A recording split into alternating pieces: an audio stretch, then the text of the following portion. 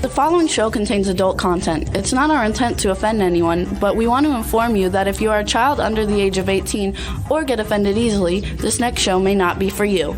The content, opinions, and subject matter of these shows are solely the choice of your show hosts and their guests, and not those of the Entertainment Network or any affiliated stations. Any comments or inquiries should be directed to those show hosts. Thank you for listening.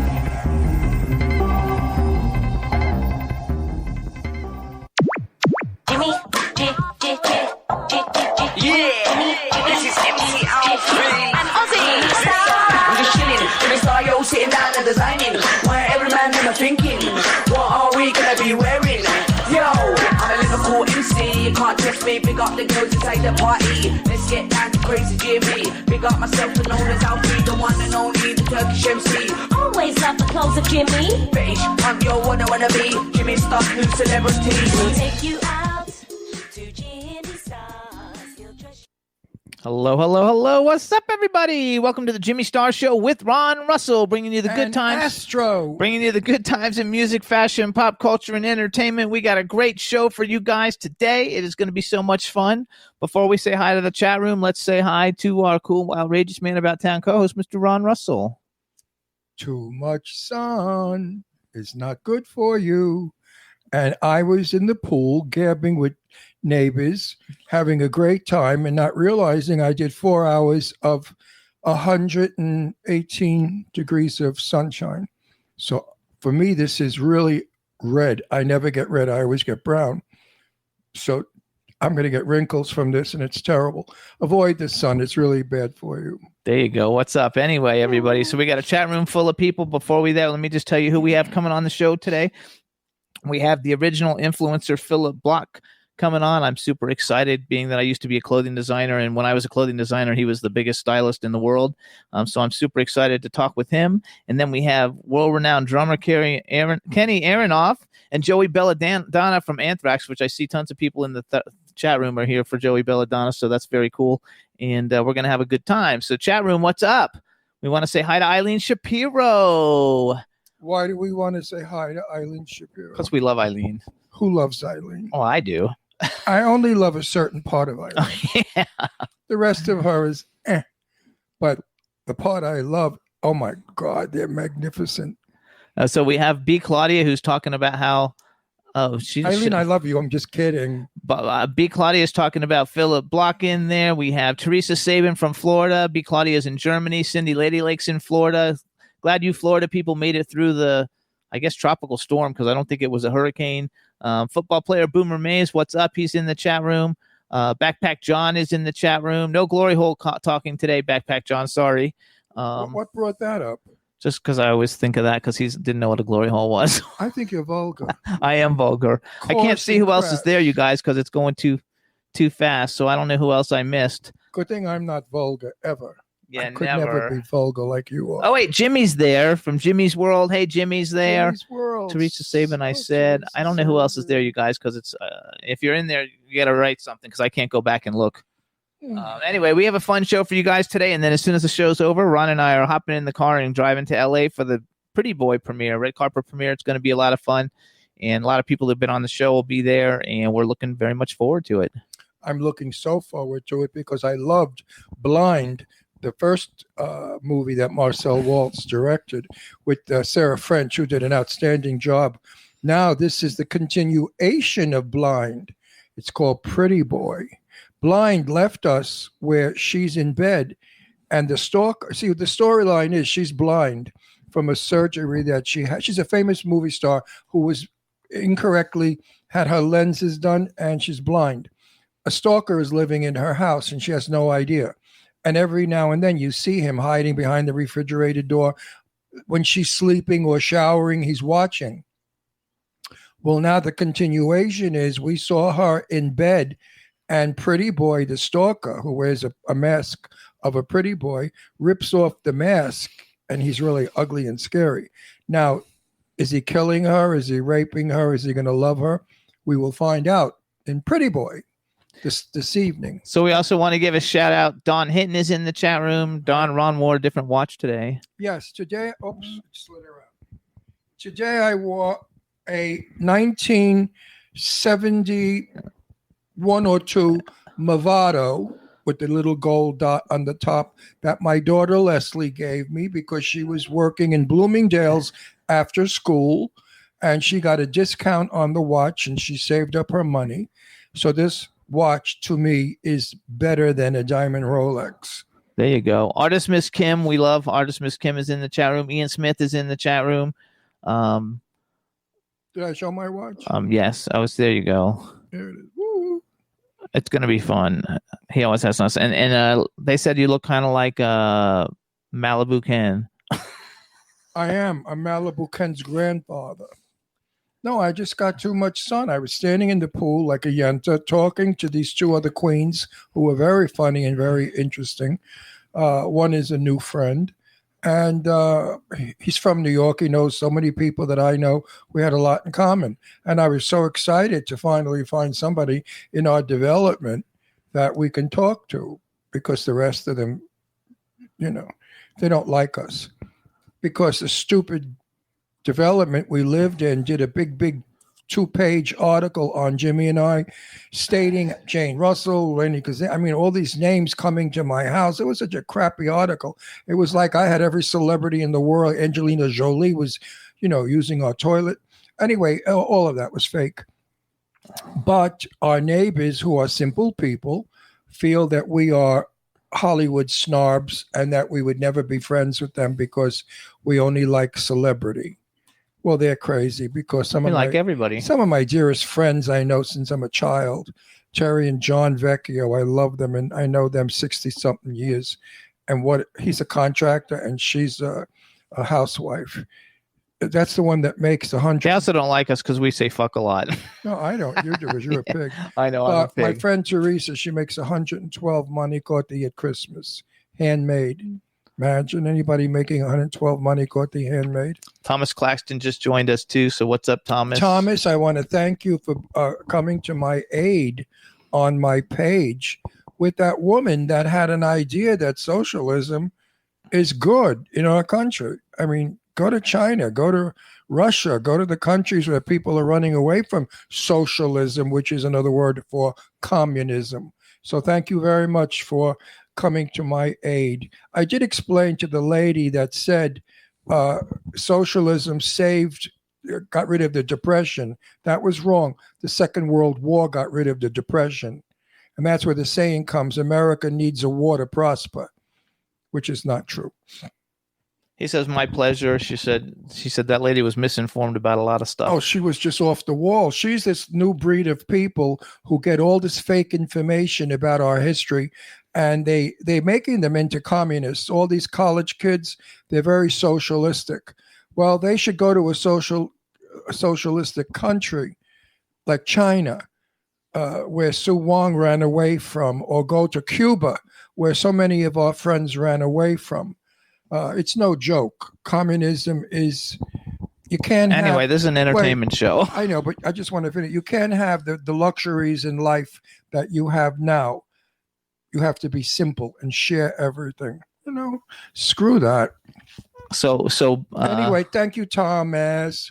They say we look fabulous, that our haircuts are perfect. Ron gave me a haircut yesterday. Yes. Now I just have to lose 10 more pounds. I gained 10 pounds since we went to New York, so I've got to lose 10 pounds because. And I cut my hair, and I like the way I cut it.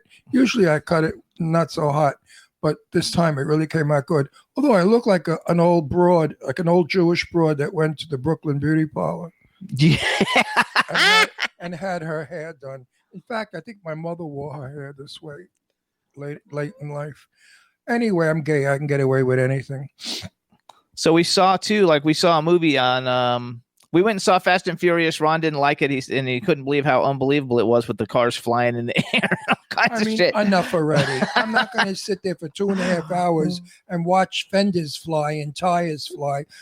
How literally flying from mountains and shit. How about a story? I would like a story. No story, just running, crashing, shooting, killing, chopping, bombing. How violent can you get? And then we wonder why kids today, when they get in a car, they do Fast and Furious. Then we watched the Chris Pratt movie on HBO Max, The Tomorrow Man, or I don't know what it's called, The Tomorrow something, which really wasn't any good. It cost $200 million to make it. And I was like, for $200 million, I could give you like 80 terrific, fantastic movies. And for $5 And I tweeted that to Amazon.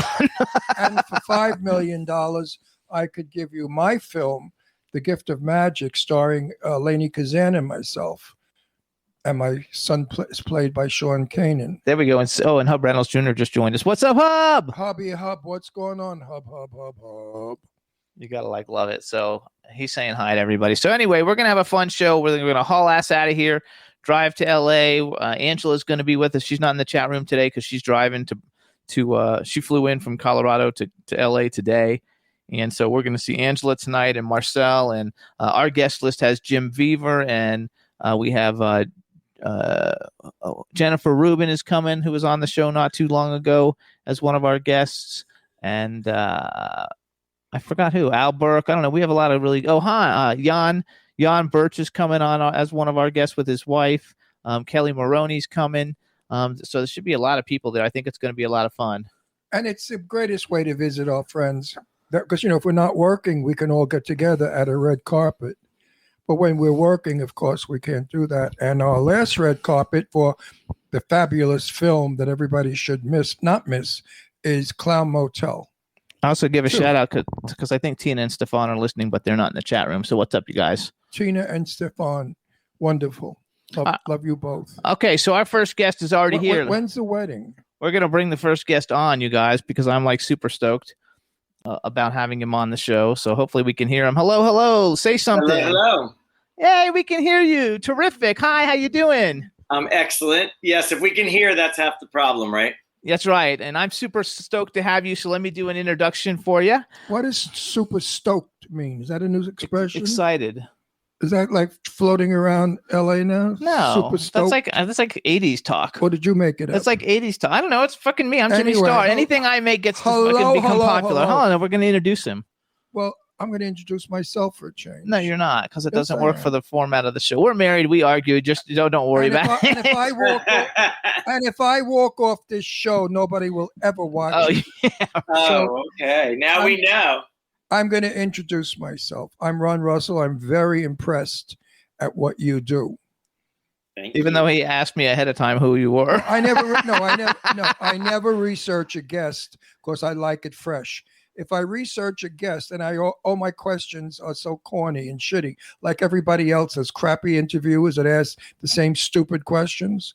Well, I like that we're going to keep it fresh. Yes. Fresh. Oh, well, I know you're fresh. I was told that by a few people in New York. Let me do my intro. A few gorgeous hot models said you were very fresh. He's one of them. All right. So everybody, now we want to welcome to the Jimmy Star Show with Ron Russell, celebrity stylist, actor, designer, television personality, Phillip Bloch, the original influencer. Welcome to the show. Thank you. Well, how about giving his name? I did, Phillip Bloch. Oh. So you've already met my cool, outrageous man about town co-host Ron Russell. Yes, indubitably. Indubitably. There you go. I haven't heard that word in centuries. Right? It's good. Oh, it's so Joan Crawford, indubitably. Or more Betty Davis than Joan Crawford. So listen. Well, I might be a little of both. So listen, I'm going to cut right to the chase. No, wait. Not yet. Wait, who's the nastiest bitch you designed for? Jennifer Lopez, gosh. Right? Jennifer Lopez. No. Love. You love her? One of my her? favorites. Everybody hates her. Love her. One of my favorites. One of the nicest. Loyal. Selma Hayek, not so much. But I don't like her anyway, so that's good. No, I like. She's not nice. She's not loyal. She's not good. She's a liar. I'm glad to hear about Jennifer Lopez because we have friends. We have friends that have worked with her in film, and they said that they were instructed never to look at her, never to speak to her because she doesn't like that. And that we feel is very I'm in movies, so we know snobbery. I would never do that to extras and people of lesser script. But that's what I heard. Script. I agree, especially to those poor people with lesser script. I mean, it's already horrible that they have lesser script, much like not being able to talk to us would absolutely be horrific for those little people. So that's kind of The you, lesser sort of. I always speak to the lesser scripted people. Yes. Well, at least hello, a word or two, a wave. I like fucking love that. So hold on, we have a chat room filled with people. Yes. And we need you to just say hi to everybody in the chat room real quick. So say hi to everybody. Hi, everybody in the chat room. And then you got to say hi to B. Claudia. So she's in Germany and she's in there writing, telling people how you did the photo shoots, Michael Jackson, all the great things. She's bragging for you everywhere. Photo shoots, yeah. You know So say hi to B. Claudia. I think. Hi, Claudia. There you go. I think I met Guten you. Morgen, Claudia. I think I met you. You look so familiar to me. I've been around. So have I. Lighting's not so good here, but No, but you I've look been around. very familiar, and your voice and personality. I'm going to. I've been on TV for many years. I started. No. in I don't. I know you socially, not on TV. He's from New York. I'm so from New York. Do you have any pictures? Then I don't believe you if you don't have pictures. No. oh my God, we were just at the fucking pool the other day and talking about people, and then Ron says, "See, we'll show you pictures because nobody ever believes anything you say if you don't show pictures." And he said that. No, it's Well, that's the way to not get caught anymore. If you don't have a picture, I wasn't there. no. Our You pictures can't are- no pic. You can't convict. Oh we have many super celebrity friends. Okay, like he does.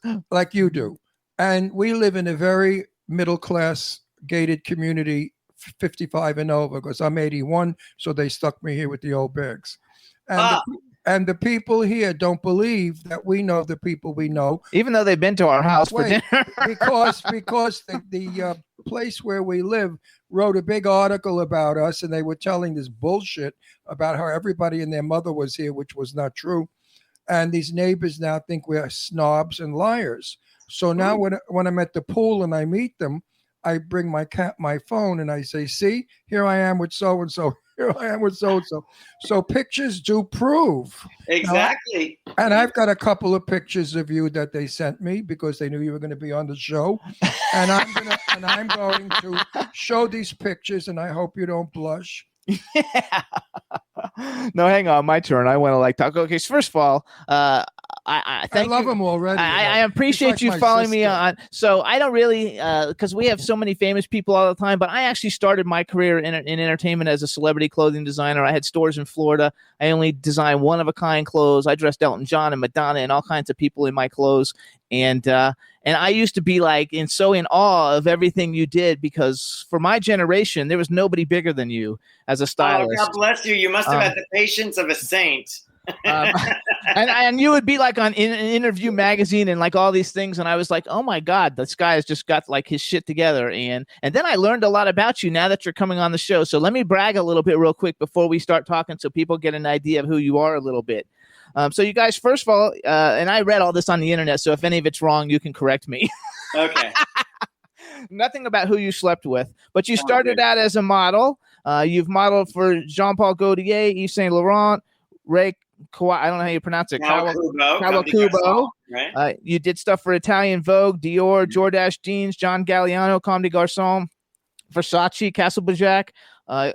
Then you've also worked at Studio 54, which was Ron's hangout. Yeah, that was the spot. That was the spot. Maybe that's where we met. I was shirtless. Should I take my shirt off? Were you I didn't have a beard, and I don't even think I had hair on my chest then. were you one of the bar guys? I was a busboy. I was a busboy the first time, and then I was a waiter when Steve sold the place to what's his name, Mark Fleischman. I was. That's probably where you actually. That's probably where he knows you from. No, for I real. recognize something about the voice and the personality, not with the beard, but I do remember somebody who was very funny, very charming, who was. Could be you. I was in studio every single Saturday night. Yes, and into Sunday, from Saturday night till Sunday morning. God bless. Yes. And parties. The ladies in the chat room say, "Yeah, take it off."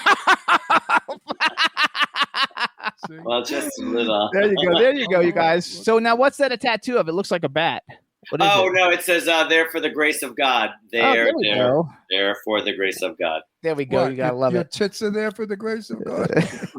Oh, also, Eileen just texted me and told me to make sure I say hello from Eileen. So say hi to Eileen. Hi Eileen, I just texted Eileen before. She was reminding me not to forget to remember to come here. There you So, go. yeah. Oh, that's good. Okay, so then you guys, he's also worked with Halle Berry, Lindsay Lohan, Salma Hayek, who's maybe not so nice, John Travolta, Sandra Bullock, Nicole Kidman, Jennifer Lopez, Melania Trump. He's a regular guest correspondent for CNN, Entertainment Tonight, Access Hollywood, HLN, and ABC. He's been in 17 movies, one of which is called Return to Babylon, which I had never heard of, but Ron will love it because it's the scandals and decadent lives of the 1920s greatest movie stars. And it's got Jennifer Tilly, Tippi Hedren, Debbie Mazar, Ione Skye, and you. Yes. She's and then a good friend of mine, Tippi. we'll go back to that in a second. And you guys, he's also styled historic photo covers, River Phoenix, Michael Jackson, and he did the very first issue of Vibe magazine. Now that I've done some bragging, now we can talk. Okay, that's a lot. So I can't believe I did all that. Wow. I remember most of it. It That's- sounds so much better in when you somebody say else it. says it. Somebody else. Yes. But like we're supposed to be impressed. Big deal. You never did Betty Davis. Such How a do you know? slacker. I'm such a slacker. Not old enough to do Hundred Betty fever. Davis. So wait, tell us a little bit about Return to Babylon. Is that something we could see? Because Ron would actually like that. Because Tippi.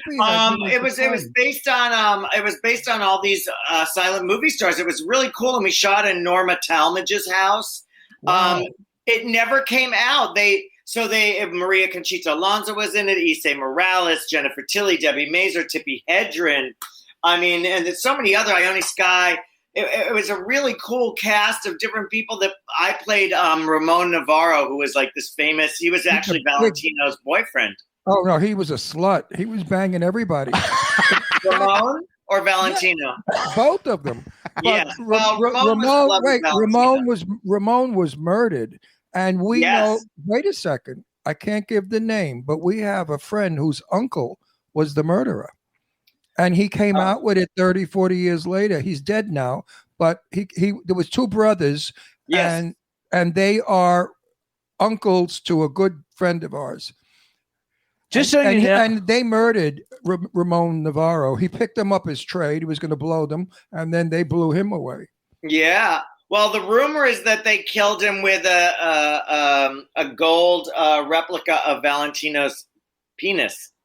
That's the rumor. Well, that one Cool. I've never heard that one. is that Yeah. oh, but we don't get to see the movie though, because it didn't. We should Well, contact them. I don't know. You know, Fox has it now, and ironically, they are doing a documentary about the making of that movie because there was all these like haunted moments in the movie. It's very, very weird setting, and the house in particular that we were shooting in was really crazy. So it was funny. It was very interesting. So I don't know if it'll ever come out or not. It's one of those weird Hollywood mysteries. And the movie and making it was like really weird. And they've had like the director got put in a nut house basically.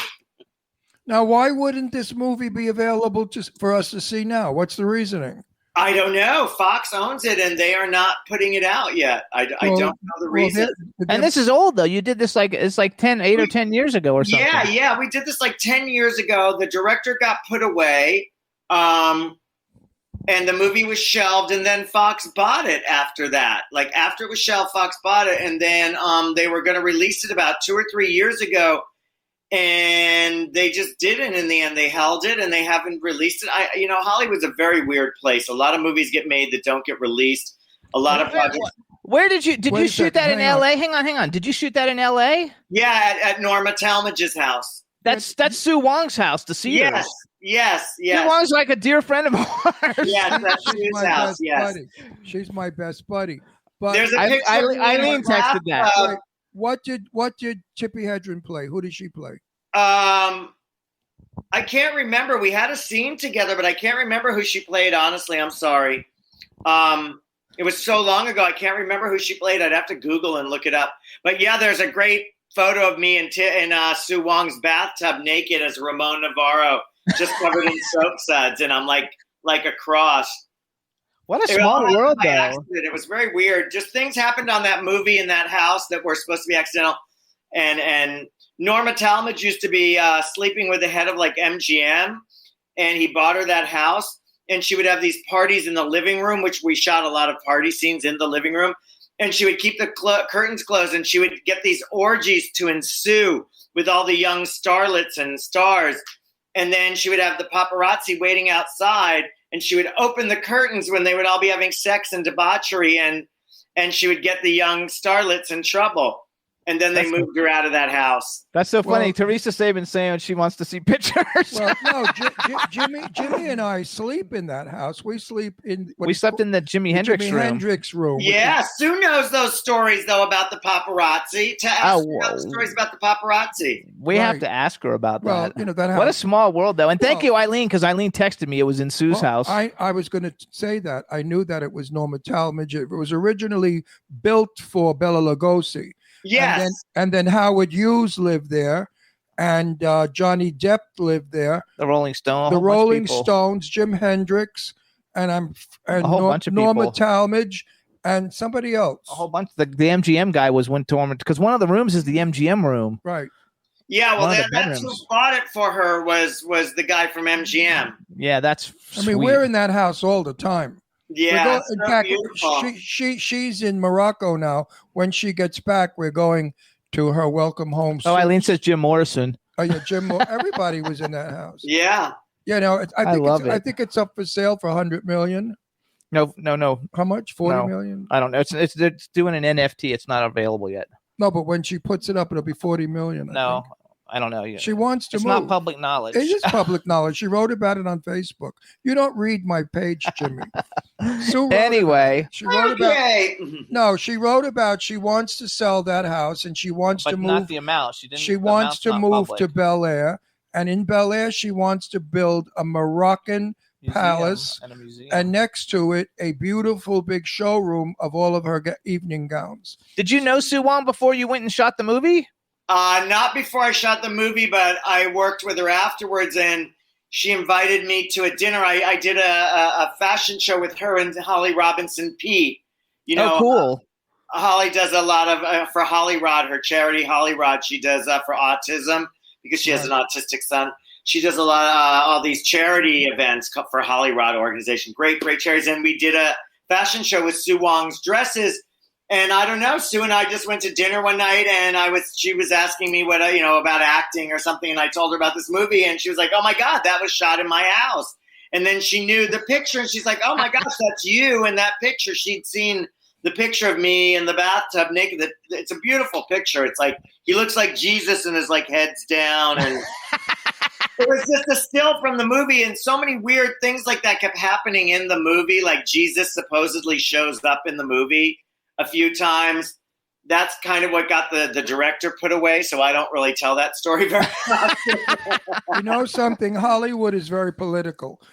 I think why this movie is not being shown is there's some kind of politics going on. Something in that film is too shocking, or they don't want it out. I believe that because Hollywood is very prudish. In so much as it's degenerately prudish. It's true. Or they could just be, I'm just too talented and they don't want it out there, I'm sure that's a good reason. But you may have exposed a little more than should be exposed, destroying the memory and the legends of Hollywood. Because my mother was a silent movie actress. She was Jenny Gabriel. So my mother, when she was a kid, a little 16-year-old girl, knew all of these people. And my mother was so in love with Rudolph Valentino.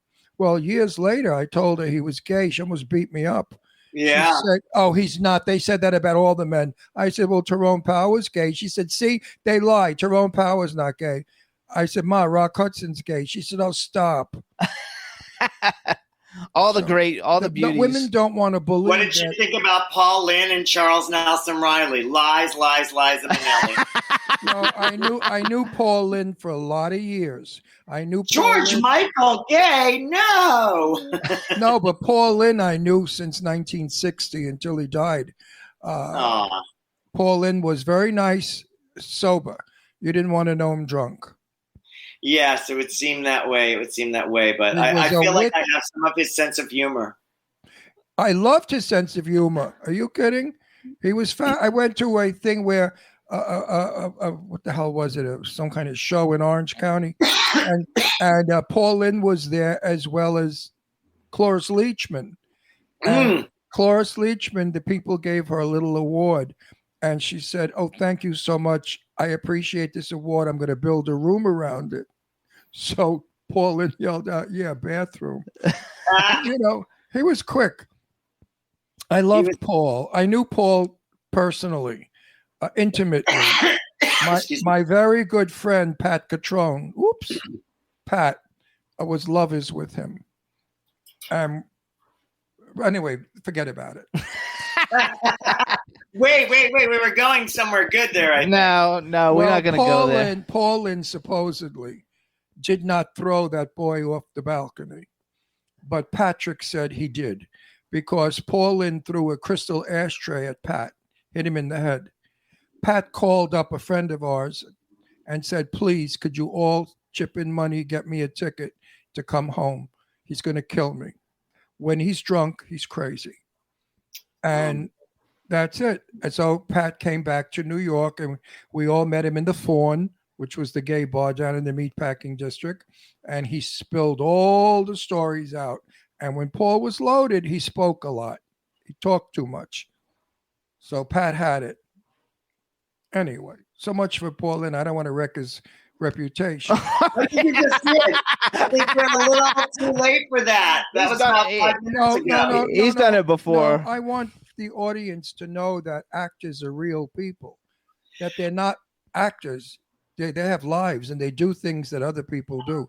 I hate when they think because you're an actor, you live this spectacular life and you're sainted and you're wonderful. Bullshit. No, they have flaws, and I think there's a lot of pressure, and I think that the flaws are magnified. I mean, you look at a situation like Britney, I mean, it's so magnified, or Whitney, or Michael, or Prince, or any of them. I think it's fascinating that people want to be famous. I think it's terrible. So let's go back to you, though. You sacrifice a lot for the audience, and Yes. then the audience dumps you when you no longer look beautiful, or you're no longer a hot Or item. you say something wrong and get canceled, which I think is the most ridiculous thing on the Look what world. they did to what's his name, because he went to bed with that 18-year-old boy who wanted to go to bed with him, who I love, Spacey. Oh, Kevin Spacey. Kevin Spacey destroyed his career because he blew some kid that wanted to get blown. I mean, really and truly, I mean, if you and I ever squeal on the people that wanted to blow us, half of Hollywood would be out. Yeah, but sometimes karma's a bitch. Oops. Yes. Did I say that? Well, I don't know where this. Maybe he should be not blowing other people's boyfriends and children, and He was the kid. No, the first kid was 14. Oh, I didn't know about the 40. Yeah, and I know of him fucking around with somebody I know's boyfriend, a girl I know's boyfriend, like a public affair kind of, with which, whatever. He's just, yeah. Anyway, He's the nicest person I ever met in Hollywood. Let's just say that. So you've He's met the almost. what? He's not the nicest person Oh, he's he's met in not? Hollywood. See, we haven't met him, so Oh, she's Awful. an evil queen. she's an evil queen. So let's go to you first of all, because you've met almost everybody in Hollywood. You've Speaking worked of with evil queens, I know, and you've worked with almost everybody in Hollywood. So how did you start? How did you actually, like, if somebody wants to be like you, how did you actually get yourself started? Well, you started as a model, but how did you go from there to like celebrity stylist? I started as a model, and I wanted to find a job that I could basically travel around the world, stay in expensive hotels, be around the best stuff and the best people, the most exciting. I'm thirsty for knowledge and interesting things, culture. I love people that are interesting and creative, and I wanted to stay in that business. And your looks don't last forever. Well, you two wouldn't know that, but some of us have learned. Oh, no. And I wanted to find a way to stay in that. And the editors I worked with as a model were like, I always had good taste. I was like ahead of my time. I didn't look like anybody else. Like, I kind of started a trend of being different looking at the time, and just I was like ethnic and cool and edgy in the 80s.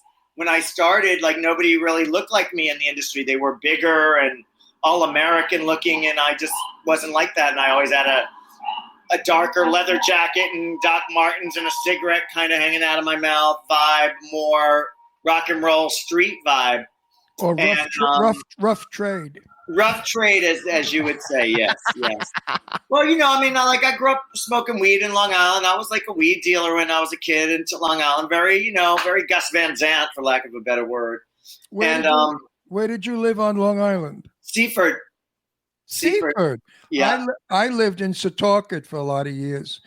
Oh, wow. I'm a New York, Long Island boy. There you go. I know Seaford. Thank God they can't arrest us for that yet, but. So that's how I got into the styling, and one thing led to another, and I was working with models in New York, and then I didn't like that. I had a couple shoots I was working as the head fashion director for Vibe magazine, the very first issues of Vibe, and where like the designers wouldn't even like give us clothes for Black people. They were like, "Oh, hip hop artists, no, that's not our clientele. Black people don't buy clothes." This was the early '90s. This was really fascinating. It was in 92. It was a year before Tyson was signed to Ralph Lauren. Yes. Please, Black people dress better than white people. Thank you. In majority.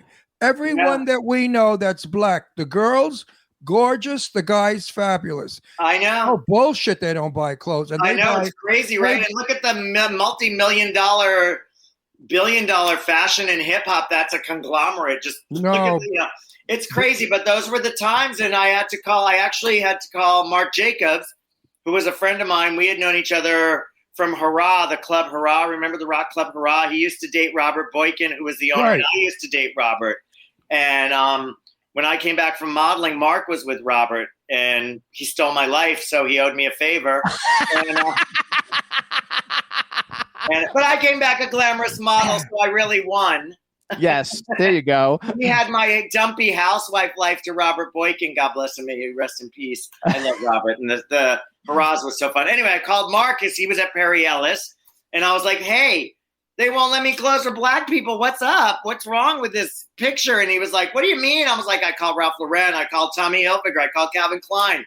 They all said, no, Black people don't buy clothes. I mean, what's going on? This is like Quincy Jones's magazine. Like, what do you mean? Like, I couldn't even understand it, because I'd only been back from Europe maybe a year or two. And I don't know, it was just different vibe. And it being sort of ethnic and different in the modeling industry, I was doing like, all the big designers, and Black people were doing the big designers, and ethnic people were doing Galliano and Gaultier and all of them, and even Versace at that time. And so it was just interesting. And, really, that's how I kind of got into it. And I went to Hollywood because I got tired of working with the models. And I thought, well, okay, I'm going to work with the singers. I wanted to work with like Oprah, and well, she was a singer, but I wanted to work with Whitney and Vanessa Williams and Vogue and Oprah, because everybody wanted to work with Oprah. Yes. That's how I got to Hollywood. That's how I went to Hollywood. Wait a minute. All the Black people that we know dress in haute couture. Yeah. Okay, haute couture. Haute couture. Haute couture. It's haute. It is not. Ask him. Haute couture. Haute couture. Haute couture. Anyway. In French. So yeah, but you got to remember, it's so funny too that you say that, because basically Tommy Hilfiger wouldn't even be in existence if it wasn't for the urban population. And Ralph, they're the ones who made him. Their model forever. It's so interesting. Yeah. Tyson, and he's so gorgeous. Well, back then everything was different. Black people were not accepted. They were thought of as inferior or stupid or servants or whatever, because they were portrayed that way in film, and they were always made fun of. Yazim, here's Aza coming, that kind of, Black person. Well, there were no roles. There weren't good roles. And I think, like, interestingly enough, I don't say that to blame Tommy or Ralph necessarily. It was the blonde white PR girl that was working in the company in 1992. Yes. And she didn't go see Shaft, or she didn't go see Mahogany or Foxy Brown or whatever the movies were. She wasn't watching Good Times. She watched Little House on the Prairie. So for her, her priority wasn't Biggie. It was, whatever it was, Debbie Gibson. Yes, Mahogany, one of my favorite movies. But to give her such importance, where she could decide the color of models or the clothing. Absolutely. That's a very interesting point. In fashion, a lot of power through the decades has been given to those. It's so fascinating you say that, because every decade, the assistants and the interns get the power of who's coming into the show, who's at the door. They're at the door, and every generation it misses it. It's so fascinating to see. I literally have to call designers sometimes to be like, "Hey, I'm doing Mary J. Blige. Can I get no? This isn't. Oh, Mary J. No, blah blah blah. Whatever the excuse is." And then I'm like, I have to call. I call the front desk. I'm like, "Please tell so and so that Phillip Bloch is calling, Reem Acra, or Carmen Mark Volvo, or whoever the designer is, and just tell them Badgley and Mishka Mark or James. Tell them." Okay, the greatest black dresser of the 1970s, and you will agree with me, was Ashford of Ashford and Simpson. I would look at him, those fucking things draped on him like heaven. I only wanted to have everything he owned. He had the most gorgeous stage clothes as well as personal life clothes. Now you want to tell me that blacks don't wear good clothes? Yeah, no, it was really, really, really, really wrong. And I kind of went down that path all of my career. I dressed Halle when she won her Oscar, which was a huge statement. And, they wouldn't loan clothes to a lot of black and Latino actors. Selma, Jada and Will. In '97, I dressed like 13 people for the Oscars, and most of them were black or Latino. Angela Bassett and Courtney B. Vance.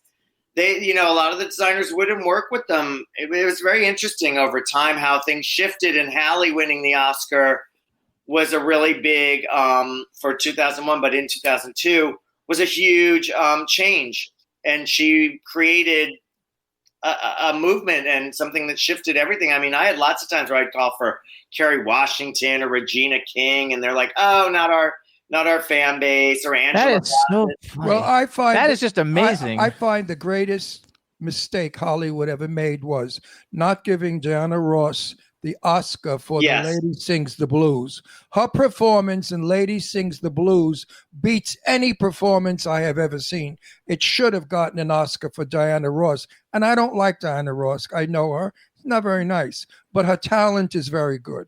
And she was great in that movie. She was very, very, very good. Fabulous in that movie. Yeah. For a girl who didn't have an acting career, she was brilliant.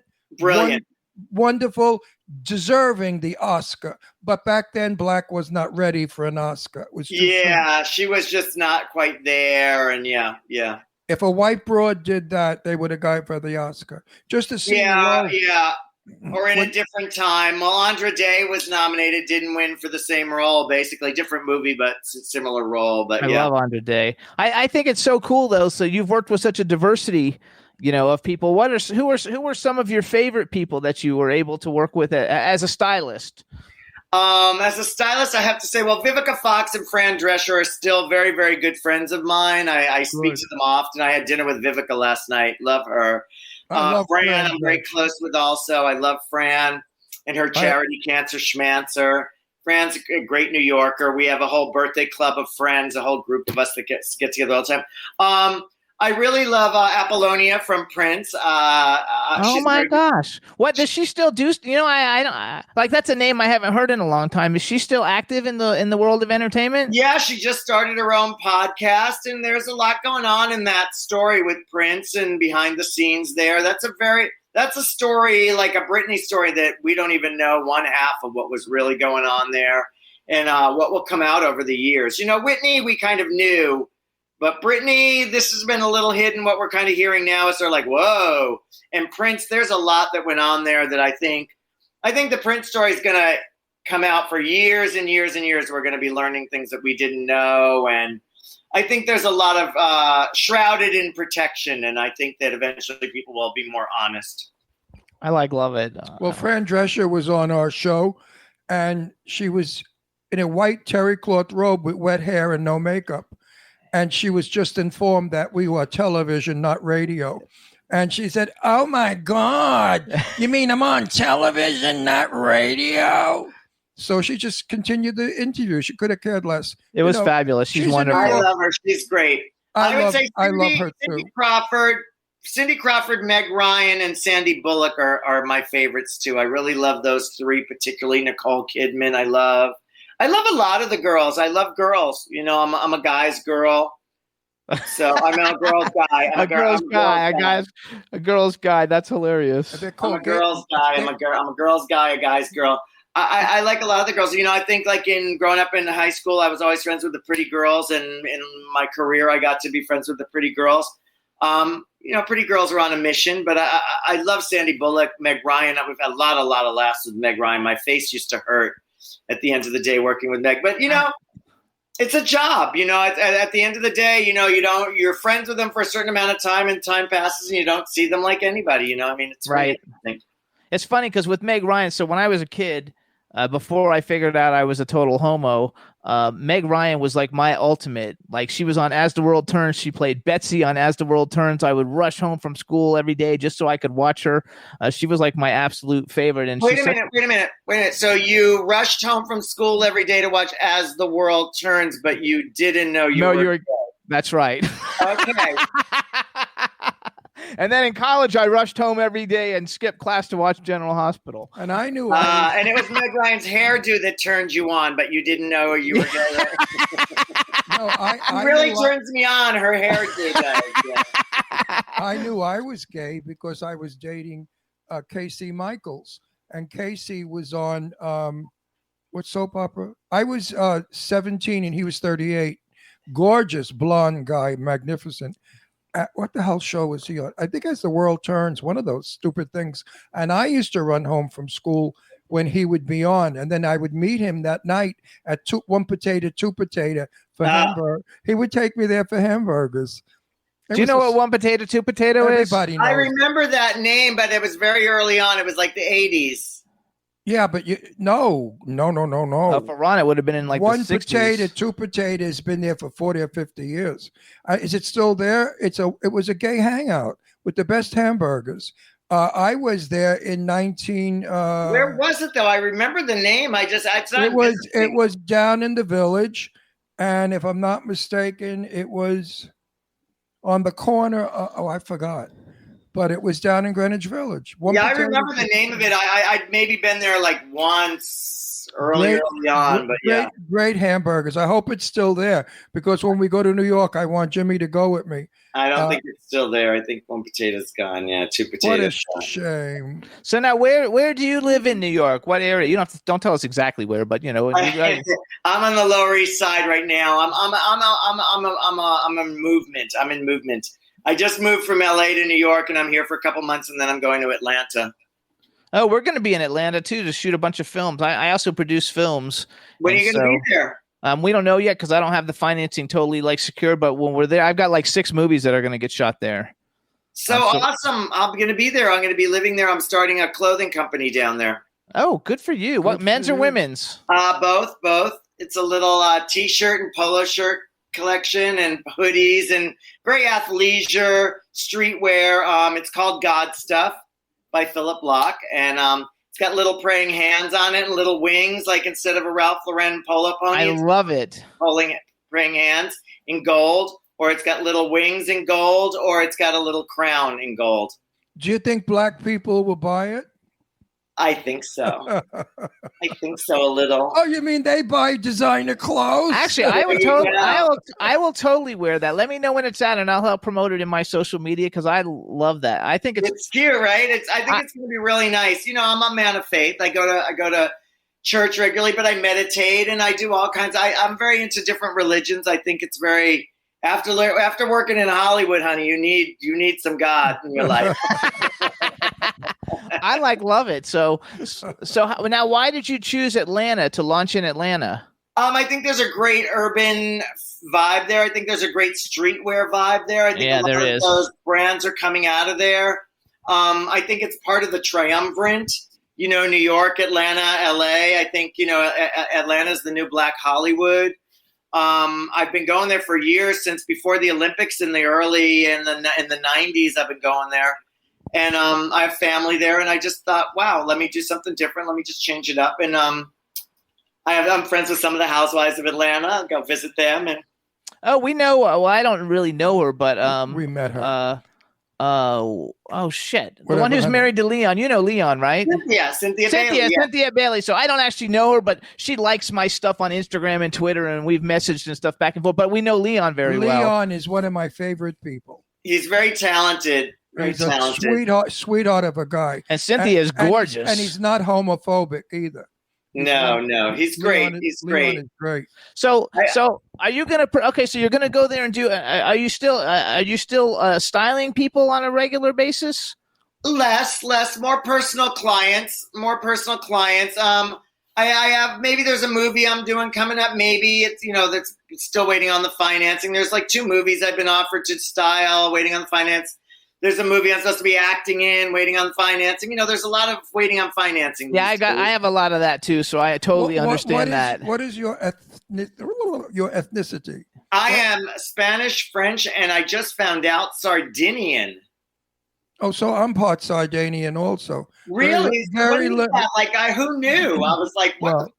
Well, I'm 100% Italian, but there was Sardinia. My daughter did this. She did the whole treat thing. 1, 2, 3 or whatever. 23andMe or whatever. Yeah, 23andMe. And we came up with this kind of stuff, which was interesting.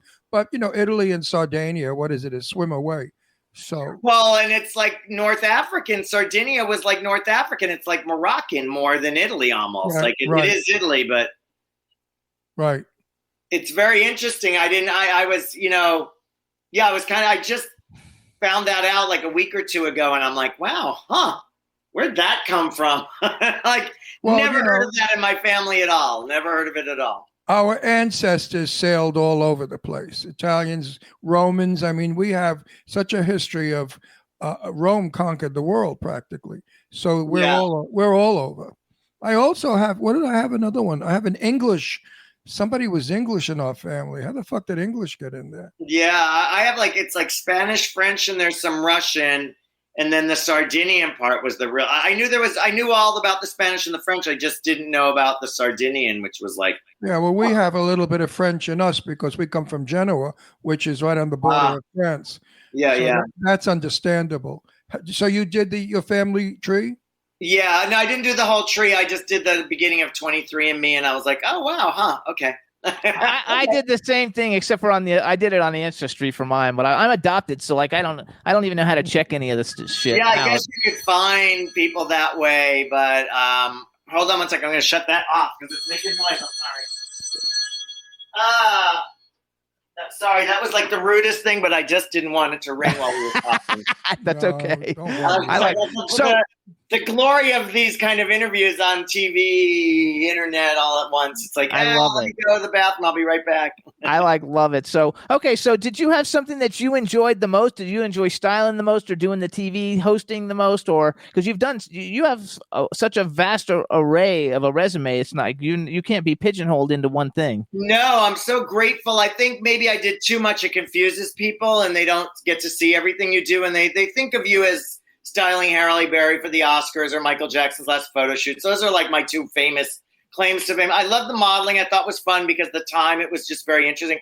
I think my 2 favorite things were I had a TV show where I interviewed celebrities about their charities, and it was called Cause Celeb with Phillip Bloch, and it was on ABC News Now. That was my favorite, and I got to interview Chaka Khan and Steve Harvey and Christy Turlington and Christy Brinkley and Kristen Chenoweth and all kinds of Susan Lucci. He doesn't like her. Susan Lucci was my neighbor. We lived in Garden City. Long Island. Yes. And Susan, she was not the friendliest to any of the neighbors in Garden City. You were the first person I have ever heard that from. I have never, ever. She walked in the supermarket in high heels, a lavender jumpsuit, and her nose was in the air, and she'd walk right by you, like saying, "Don't recognize me, don't stop me, I'm shopping." So I know, because I've been in that supermarket a few times. And my daughter, Deirdre, played with her daughter. They were good friends in school. So her daughter would come to our house to play with my daughter.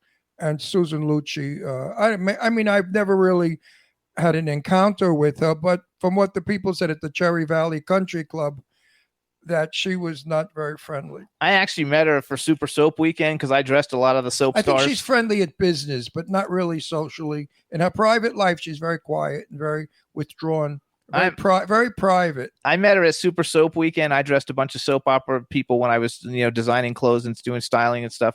And she was super nice, but she was on. That was like a thing. She had to be nice to everybody. I don't really know. I've seen her. I think she's a professional. I really like her. I've had great experiences with her, and I like her, and that's all that matters. In each of we know everybody gets up every day. Some days you're in a good mood, some days you're in a bad mood. That's absolutely true. But there's a general. Lara Spencer, who was really Lara Von Sealing, is my daughter Leslie's best friend.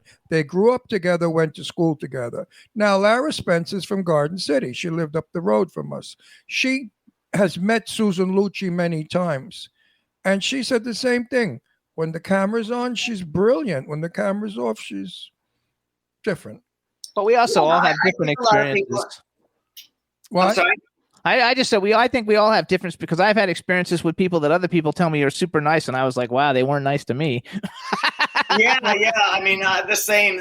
I think it's just how people are the day, what you expect of them, what you don't. I mean, there's certain people like I always loved Madonna, but I never wanted to work with her because I just didn't want to hate her, and I knew I would. Yeah. That's so funny. I knew the girl that did her hair in L.A. And she said, I met her once, and she was nice as shit. Madonna treated this because she was a fat girl, a heavyset girl, and Madonna just treated her like hell. But that's what the business is about. Is that Sharon? Yes, Sharon. Yes, very well. Yes. Oh yeah, Sharon. Sharon's mother lived in the same complex that my sister-in-law lived in. Sharon's mother was called, I forgot her name. She was a wild broad, Sharon's mother. Oh, shit. Hang on. Sharon's a wild broad. Hang on. Sharon was off the wall. Are you kidding? Because we only have a few minutes left, and Eileen's telling me that you did all the boy bands, and that's my favorite thing in the world. So tell me, who did you work with? What boy bands have you worked with? That's my fucking favorite thing. And Cindy, Ladylike in the chat room will love this too. I'm a bad Boys to Men guy. I really liked Boys to Men. That was really my, Boys to Men was my boy band. I worked for Donald Trump doing the pageants, and so NSYNC and I did one of the pageants together, and it was fun. That week we were down in Shreveport, and every time we'd get in the elevator, a lot of times I was in with the boys, and people would get in the elevator and they thought I was part of the band. It was my big claim to fame. Justin had curly hair then. Now you opened the door. You dressed Melania, right? Did you find her to be homophobic and hating gay people? I did not dress Melania. I met her many times, and just to be clear, I did not dress her. I dressed Tiffany for the inauguration because her father wouldn't pay for anybody. No, but the question is, did you find her to be homophobic or rude? No. Did you think that Donald Trump hated gay people? No. Good. Thank you very much. I want the world to know that point because we know the chef of Donald Trump, who's gay as a lark. I mean, she flies like on wings, and Donald and everybody treats him like gold. Donald Trump is not homophobic. Donald's always been very, very, very nice to me. I met him. He was nice to me when I met him. I have no problem with him whatsoever. I hate the way the president he is. I hate the person he's become. I hate all that. I like Ivanka. I like Ivana. I like Ivanka. I like I just it's all a mess now. I mean, the people I knew I liked. These people are different, and I don't like them.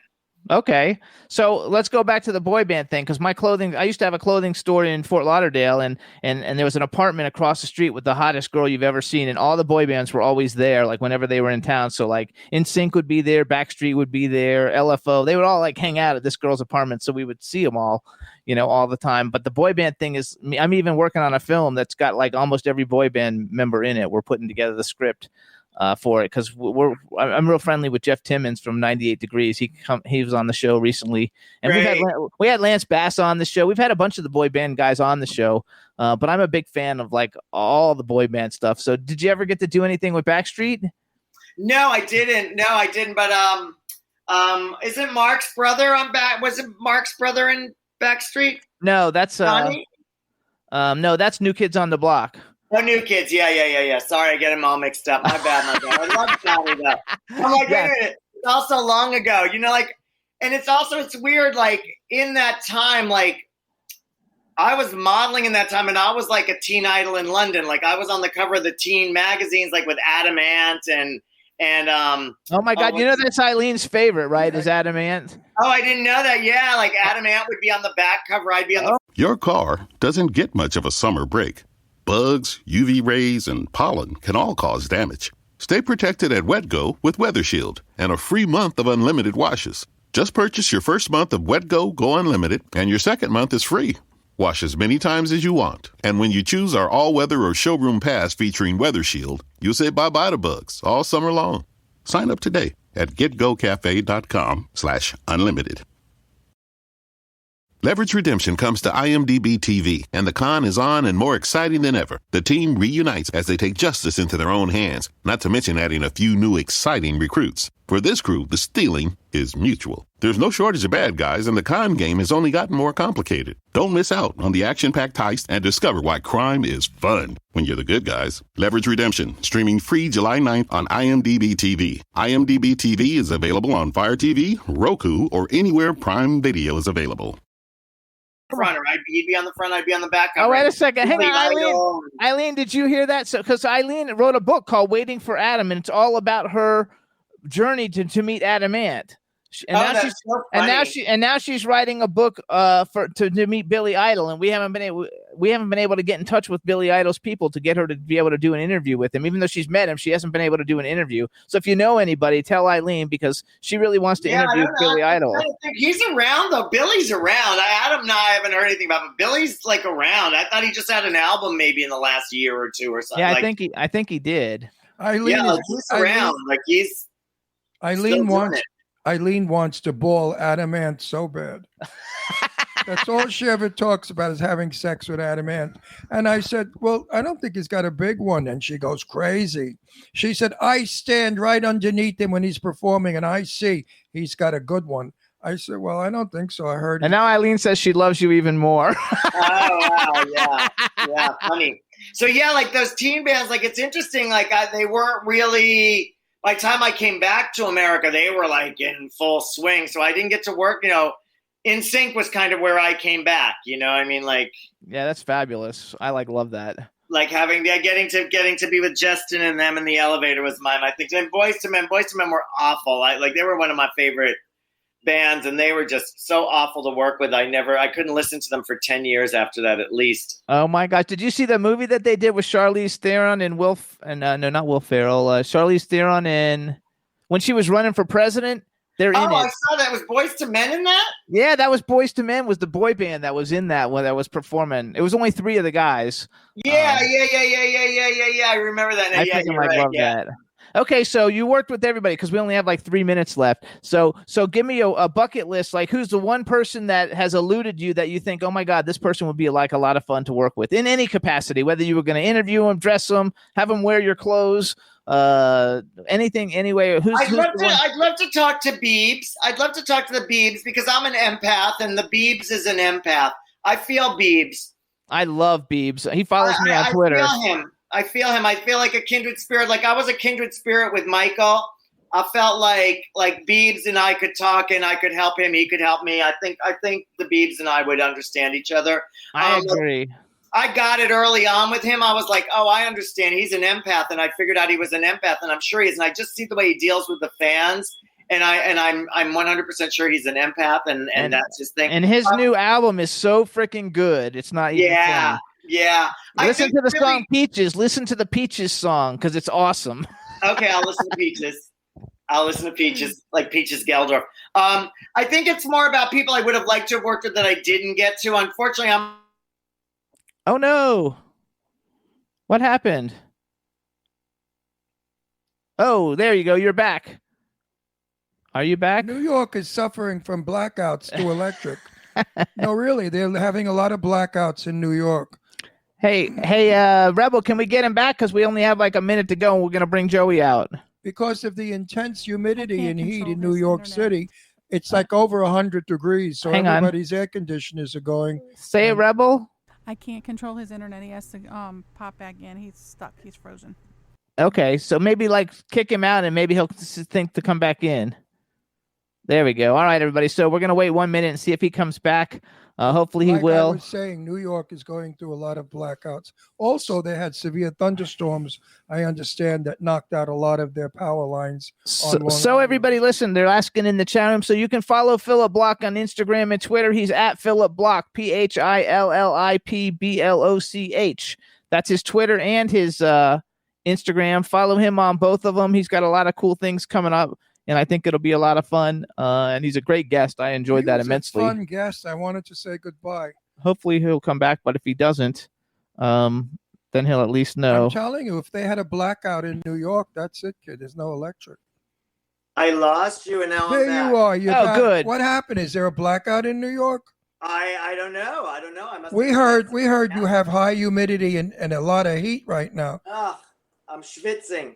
Yeah, that it's very hot in New York and that you're using a lot of power, therefore getting blackouts. Anyway, I wanted to say goodbye. I didn't want you to go without saying you're a great guest. I came back to say goodbye. You're a lot of fun and your family, and that makes me very happy. You're a sweet guy. Meanwhile, you got a husband? No, I'm single. How come?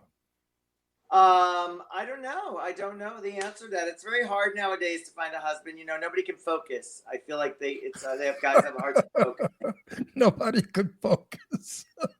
With the apps, it's like the next one. They're like, you're having a conversation, they're loving you. Next thing you know, they're not talking to you anymore. They don't even answer your thing. I couldn't understand it if you paid me. You know what? He's out there. You just have to wait. He'll come to you. I know. I'm not. I'm not thirsty for it. I'm good. I date a lot. The young guys like us old daddies. Yeah, tell me about it. I'm 81 years old and they still like me. Would you believe it? It's crazy. Me too. So just think, when you're 81, you'll still be getting young guys. I know, it's good, right? I don't know where it all came from recently, but it's not. Well, because young guys don't like young guys, because young guys are narcissistic, they're vain, they're liars, they're cheaters, they're hot in the box. Whereas older guys, we've done it, we're slowed down, we're more husband material, and we last longer in our relationships. So yes, young guys, it's not good. But. So everybody, again, this is Phillip Bloch. You can follow him at Phillip Bloch on Twitter and Instagram, PhillipBloch, not KH. And they agree with you in the chat room. Everybody says they love you and they remember you from E-Television. A lot of them are saying. Which is, I was very lucky to be in those times. MTV, House of Style. I was lucky. I love it. To be at the beginning of a whole kind of pop culture revolution and a Black movement revolution. I love it. Very I love it. So when are you moving to Atlanta? The beginning of September. And we're going to be. We might be there by then. We might be there by then. Let's have dinner. Yes, we'll definitely stay in. And with Eileen and everybody, all the crazies that we know. Eileen won't be in Atlanta. No, New York. Oh, he's going to be in September. He's going to. Yeah, and we're going to be in New York. September 11th. Oh, shit. But we're going to be in Atlanta. We will look you up. And I really do. When your clothing line comes out, I want to know when it comes out. And, excellent. Follow that on Twitter, on Instagram also. I haven't opened the Twitter yet on it, but God Stuff by Phillip Bloch. And it's on Instagram. There we go. Then we could really dish the dirt in private. Woo! I know. Have I got stories for you? Woo! Phillip, thank you so much. Bye-bye. That was fantastic. Take good care, Phillip. What a great guy, you guys. Terrific. All right, you guys, we're going to bring on our next guest. Joey Belladonna is coming on. Hello, Joey. What's up? Hey, Rockers. What's up? Hey, it's so nice to see you again. And before we're going to wait and see if Kenny comes on, but I want to just bring this up ahead of time because I actually met you at Scream Fest. I don't know if you know what that is. That was like a horror convention, and it was in Orlando, and it had to be a long-ass time ago because I was skinny and young. Yes, what they call the Spooky Convention or something? Yeah, Spooky Empire, yes. Spooky Empire. And you were at the VIP party, and I took a ton of pictures with you and talked with you, and it was a lot of fun. So it's nice to see you again, and we're not strangers because we've met once, even though you won't remember because you meet 8,000 people a day. Nah, you know what? I thought that was a great time. We met a lot of great people, and we had some fun stuff going on. Oh no, we totally did. So we're going to introduce you in a minute, but before we introduce you, because there's so many people in the chat room Can you give me some shout outs? There's a lady named Kim. Say hello, Kim, because she said she's seen you in concert a ton of times. Hi, Kim. And we have B. Claudia, and she's in Germany, and she wants to know if you're going to be in Wacken again. You know, I don't think this year. We're not going to hit the European festivals. We're going to stay in the States just to be on the safe side, and we'll take it on in 22.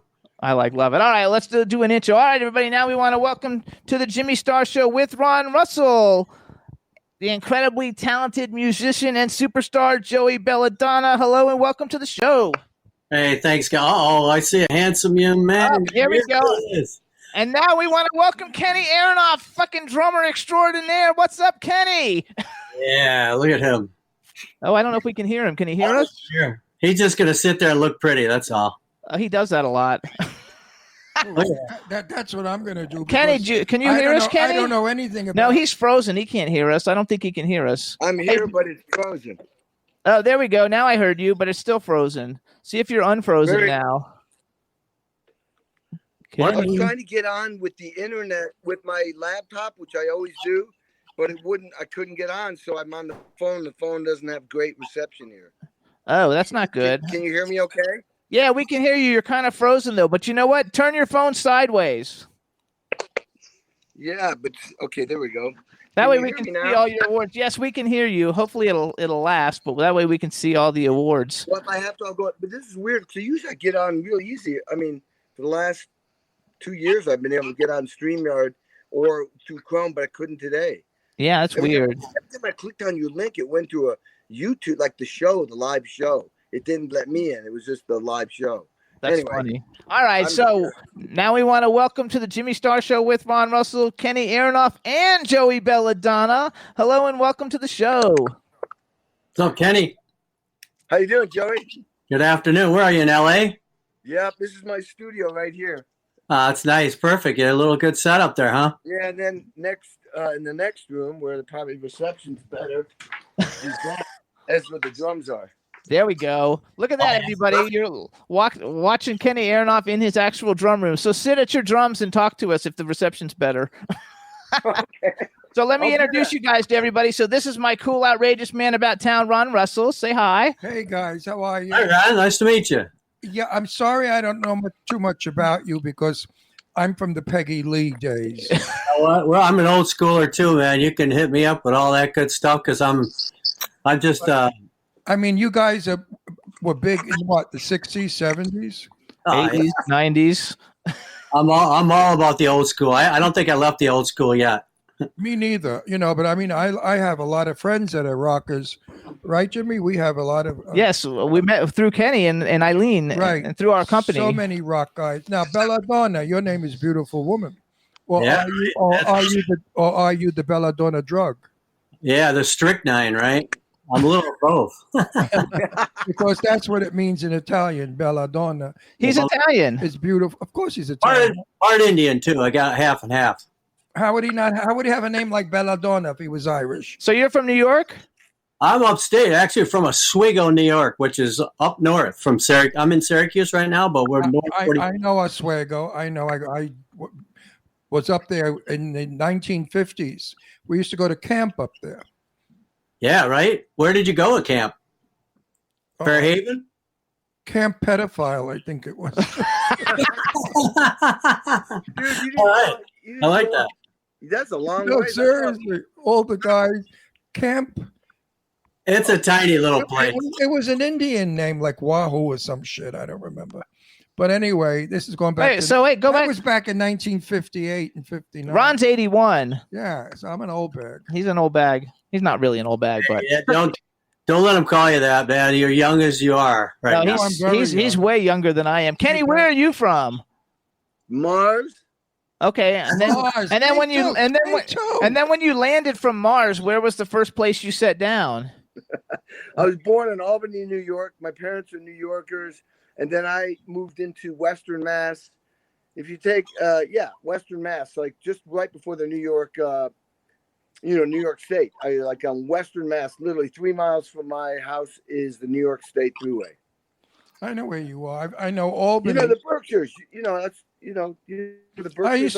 I used to go up to Kingston all the time, Albany, all those places up north. Yeah. That's where we went to cool off in August. The family. Yeah, exactly. The family would get in the car. Then we'd also go up to the 5. What were the lakes up there? The Canadian lakes. Those Finger Lakes. Finger Lakes. We used to go there.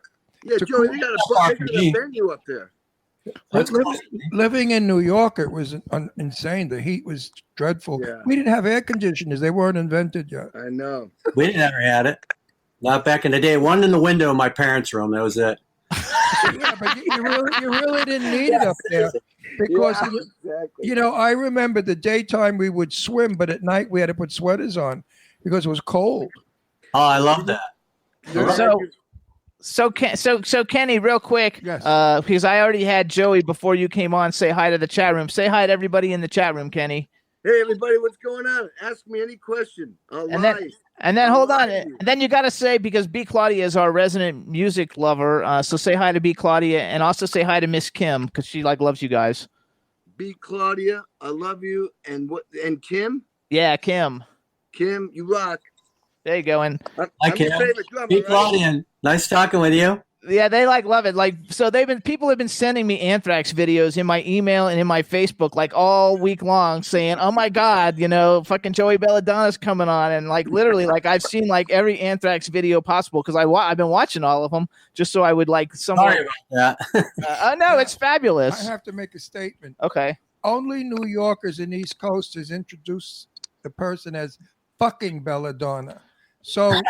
For those of you out there, that was not an insult. That's how we greet each other. In New York, we walk up to each other. We say, "Hey, fuckface, how you doing? How you doing?" hey, fucko, how's it swinging?" So I like that one. So for all of you, I told you what the New York alphabet is, right? You remember? Tell us again. FUCK. No, it's fucking A, fucking B, fucking C, fucking D. I told Joey that the other day. Right, Joey? But nobody. Living in Palm Springs. If I said to the people, the guys here, "Hey, how the fuck are you?" They run away. They think I'm going to beat them up. Oh yeah, I think it's scared. I'm afraid to swear at times. I got to watch myself. We get in trouble all the time. Californians, I don't know where the fuck they all came from, but then nobody's a native. But those that came here came from some, I don't know where. Oh, actually, too, Eileen Shapiro just sent me a message to say hi for her. So say hi to Eileen so she'll have it. Finally got to meet Eileen. Me and Kenny did a little interview with her last week. Yeah, she's fabulous. You never met Eileen? That she just did last week. Oh, because I was going to tell you, when you meet Eileen, you have to stay 3 feet away from her. Why? Well, her breasts will be touching you. Oh, okay. I have no problem with that. They have no problem with that. Eileen's tits turn the corner before she does. Well, I'll hug her and give her a mammogram. I've made Eileen's breasts famous all world over. Famous from our show. I tease her. I love Eileen Shapiro, and I tease she her was sweet about being so flat-chested. So we should just real quick. So everybody, in case somebody who has tuned in and they live under a rock and they don't know who we have here, so we have Joey Belladonna from Anthrax and also a ton of other bands because you have a new your new Instagram is Joey Belladonna's Beyond the Band, so that must be a new band, right? Yeah, I have. Lee Greenwood, right? Yes. Yeah. Lee Greenwood's band is my Journey tribute band that I just put together. And so it's fabulous. Guys are out of Nashville, good players. So we're just doing a lot of Journey stuff. I love that. Journey was one of my first concerts. That's great. He wrote the most patriotic song ever. God bless the USA. It was freaking awesome. I love I tease the guys all the time about it. That's funny because we were watching TV the other night and they were playing that song on 4th of July and I told Ron that's my favorite patriotic song of all time. It's the greatest song ever. How can you not like it? I mean, it just lifts you. It's one of those songs. It's anthem. Well, if you're a communist, you're not going to like it. Anyway, so hold on. So you guys can follow Joey. He's on Instagram. He's Joey Belladonna's Beyond the Band, and his Twitter is J Belladonna. But you need to follow me back, please. I'm Dr. Jimmy Starr, and then Kenny Aronoff Instagram is Kenny Aronoff, and his Twitter is Aronoff Official. And you need to follow me back on Twitter too. All the time I've known you, you don't even follow me back. Well, that's because I'm following you. Yeah. And then, okay. So then, So Joey Belladonna, you guys, Anthrax, 6 Grammy Award nominations, one of the greatest fucking vocalists ever. Like, he's fucking so awesome. And did you guys know each other before this concert that we're going to talk about that you guys are doing, or did you guys just meet working together for the Dio thing? We just met. It was cool like is I that? felt like I'd known him my whole life. It was like totally cool. I mean, we just got along great. Plus, you know, both of us were into sports when we were in high school, or ever since we were kids. And Joey's a badass hockey goalie, you know. And but Joey, it's in your family too. I mean, it's like, right? I mean, it's just like in your blood. Yeah, and we both really know what it's like to be in a band and stick with it and just stay true to what we do, and we just hit it off. I couldn't believe how much fun we had in one day. Yeah, I love that. Ever since we've been in touch. So do you like hockey movies? Like because those are some of my favorite movies, like Mystery Alaska and Slapshot, and that movie with Rob Lowe where he has to learn how to fight, you know, because he's a good. I forgot the name of that one, but it's a great hockey movie. I love all those hockey movies. Yeah, but you know what the best one is? What? The best one was when Kurt Russell's in it, I think, and he's the coach, right, Joey? Oh yeah, that's right. What's the name of that? Mystery. The one where they go to the Olympics. Yes. Yeah, that's freaking awesome. That's fucking amazing. I've seen it like 20 times because I like those inspirational movies. Oh yeah, I mean that was just. I mean, and it's a true story. That's what I love. I also like the Mark Wahlberg football one, the one with Mark Wahlberg, Invincible. All right, so you guys then for Kenny Aronoff, he's got a book, Sex, Drums, and Rock and Roll, just came out in audiobook format. Yeah. You know him; he's been labeled one of the best drummers in music history. He was with John Mellencamp for many, many years. He's also played with Sir Paul McCartney, Ringo Starr, the Rolling Stones, Lady Gaga. I took this all off your website, Kenny. So if there's anything wrong, it's not my fault. Bruno Mars, Sting, Bob Dylan, Bruce Springsteen, Bob Seger, Dave Grohl, Elton John, Johnny Cash, Willie Nelson, John Bon Jovi, Meatloaf, John Fogerty, Rod Stewart, Smashing Pumpkins, Steven Tyler, and about a zillion more. How was that? Whoa. That's good. Whoa. No, sick. Now, listen, I have a question because we have a lot of older people that watch our show. What'd you think of Gene Krupa? Loved him. Do you think he was the greatest drummer ever? No. In jazz, if I had to pick one, I'd say Buddy Rich. Buddy Rich. A lot of people and think in rock that. and roll, if I had to pick one, I'm going to say John Bonham. Oh yeah. Okay. I mean, My uncle did sound for Buddy Rich too. would you say about? He said his uncle did sound for Buddy Rich. Did sound for Are Buddy you Rich. shitting me? Yeah. I remember him telling me the stories. I'm like, wow, that sounds so cool. He was. You know, I mean, do you remember watching him on Johnny Carson? I mean, he was not just a drummer; he was a personality, a cool guy, a funny guy. Actually, too, you guys in the chat room, they're saying the movie was Miracle, which is right. That's right. It was Miracle. Yeah. My wife just pulled it up on her phone. All right, so let's talk real quick to make sure we get all this information out because there's a lot. So you guys are doing a live stream concert fundraiser. It's July 10th at 2 p.m. Pacific time for in celebration of Ronnie James Dio his birthday, and also to raise money for the Dio Cancer Fund. You guys can get tickets at rollinglivestudios.com.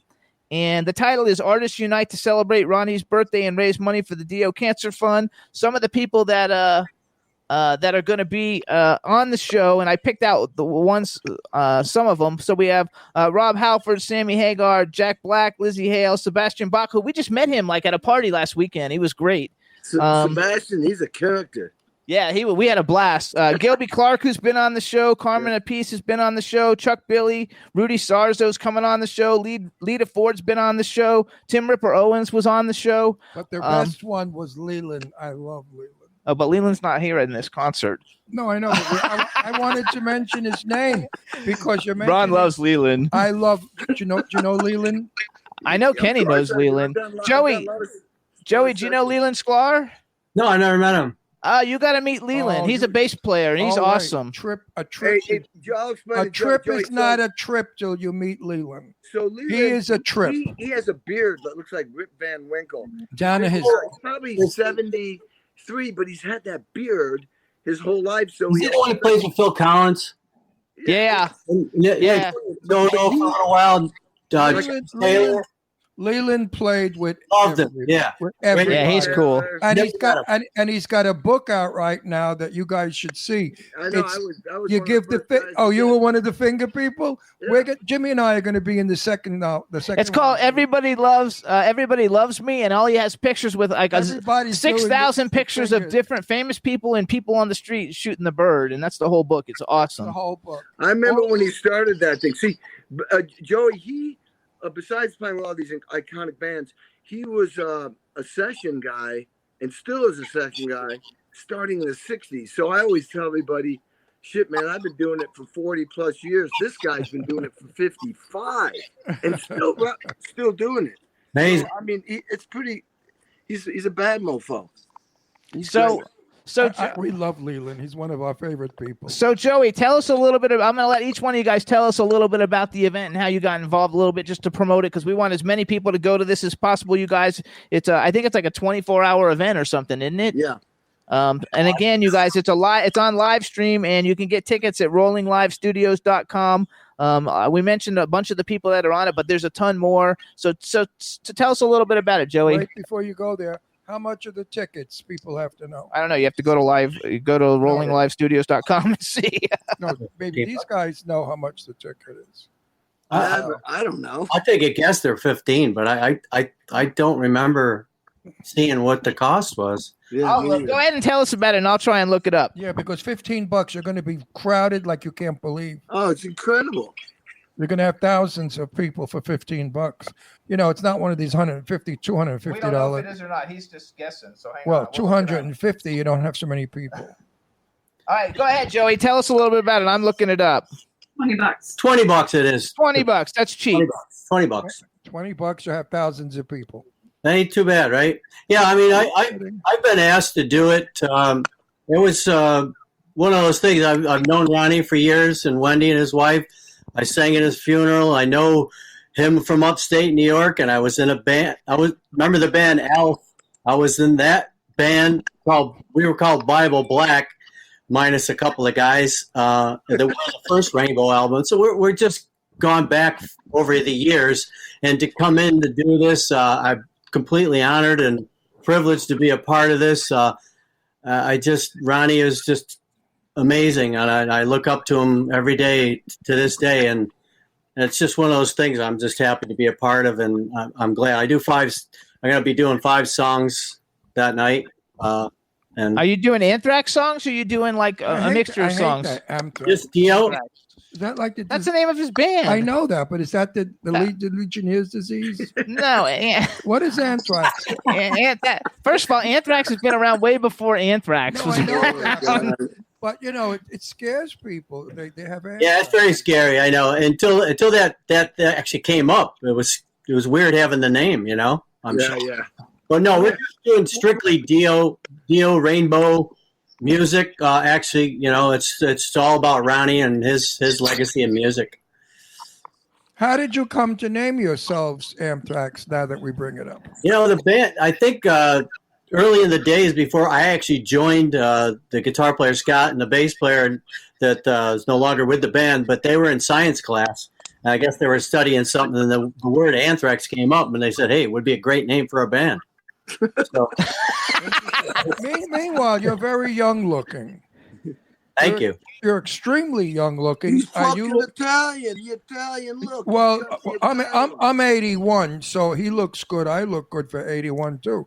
But Italian skin, like rubber, but boom, it goes back. But you won't give us your age. What year did you join Anthrax? 85. So that's 15. That's 36 years ago. So figure he was 20. So he's 56. Yeah, he's laughing. Hey, might as well say it. I'm not. It's only a number to me. I'm 60 right now. There you Good. go. Way to You go. look good. It's all the olive. It's all the olive oil. Fucking Keeps our skin moist. All right. So Kenny, you tell us a little bit about it and how you got involved, and then what are you doing with the show? I'm playing. Well, I played 2 songs. I'm hoping both end up on there. The first one, it was Straight to the Heart, and Lizzie Hale will be playing with us. And I keep forgetting it's live. Yeah, we're gonna. Lizzie Hale's playing with us, and then I don't know. I just recorded another track, and I don't know who's singing. They're gonna do it after the fact. Anyway, Terry Brown was the one that reached out to me. He's the guy who's kind of put this thing together, or one of the main guys. He's the producer, and I've known him from when I was on tour with the Smashing Pumpkins. He was married to Darcy, the bass player, and then I'd see him it seemed like every 4 or 5 years, and we always got along real good. And then I was reached out. One of the guys that's working with him is one of my techs, Mike Miller, and so between the two of them, they reached out to me, and I was trying to put together a band. I was trying to get Chickenfoot to do it, like Sammy Hagar, Satriani, me, and Michael Anthony from Van Halen. But Joe Satriani's got so much shit going on. He said, "Nah, I can't." So that was the end of that. Anyway, it's so cool. It's such an honor to be doing this because, first of all, I love the music, and the whole vibe is incredible. I love it. And you know what the highlight of the whole thing is? Meeting Joey. That's what I was just going to say. The fact that that you two are like icons and you had never met, and it gave you an opportunity to meet and do something together, and now you know each other. How cool is that? And in all fairness, since we mentioned Leland, we have to mention our other dear friend, Scott Page. You know Scott Page? Do you know Scott, Joey? No, who's Scott? He's saxophonist. From And Pink he was Floyd. with Pink Floyd. Who was he with? Pink Floyd, Toto, and Supertramp. Oh, okay, I saw Supertramp. I know the Toto guys, but I've never met him before. So there you go. Super you have to terrific. come out to California, and we'll get you invited to a bunch of cool shit. And then He's- you can bring your wife. I heard your wife is fabulous, by the His way. wife is cool. Casey. Want to say hi? Yeah, say hi to Casey. Say hi, you guys. Come here, hold on. Hi, gorgeous. How are you? I heard such wonderful things about you. So you like ugly women? You like fat ugly brunettes, right? Yeah. Where'd you get her from? She's beautiful. I found her in Florida somewhere and doing some Hawaiian tropic thing. So there you go. You better throw a net over her, kiddo. He already has. He's married. Oh, good, because she's gorgeous. She's been together for a long time. She's absolutely gorgeous. And what a beautiful smile. Oh, she's a beauty. Hey, I couldn't have run this computer today. Oh, there you go. You know, when a gay guy gives a compliment about a woman being beautiful, it's not because we want to get laid. It's because we think they're beautiful. And our opinions are really the best. Because they're honest. Because we don't have an ulterior motive. We don't have an ulterior motive. So I want. You know who she looks. You know who you look like. No. A friend of mine who used to be on The Price is Right. You're talking about the model on The Price is Right. Now you forgot her name. Was it something white? Was it something white? No, that's Vanna White. Vanna White. No, her name. You look her up. Jan Pennington. Oh, Janice Pennington. Back in the day, she was gorgeous. Janice Pennington was one of the most beautiful women. Good friend of mine, so I used to see her without makeup live, at lunch and stuff. Even stunning without makeup. Yeah. And you look just like Janice Pennington. Eileen Shapiro, too, my business partner, loves you, and she says that you like Adam Ant a lot, too. So I guess you guys bonded. Look at those. You guys bonded over Adam Ant. They were going nuts already.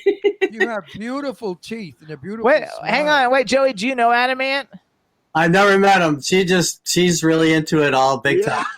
So Eileen, listen, because Eileen travels all over the world to see Adam Ant concerts. Like when we first met her, she went to England and she flies all over the place to see Adam Ant. I've kissed him before. No, she flies all over not to see him. She flies all over to try to ball him. Oh, wow. That's Dream Gang. That's her dream. And then Billy Idol. Do you know Billy Idol? Because Eileen wants to interview Billy Idol. Oh, yeah, we do. Oh, I'll never forget the party at the hotel in England, and they all got kicked out. It was a massive blowout. And oh my God, that was one time I remember. I'll never forget that. Oh, Okay, so What story?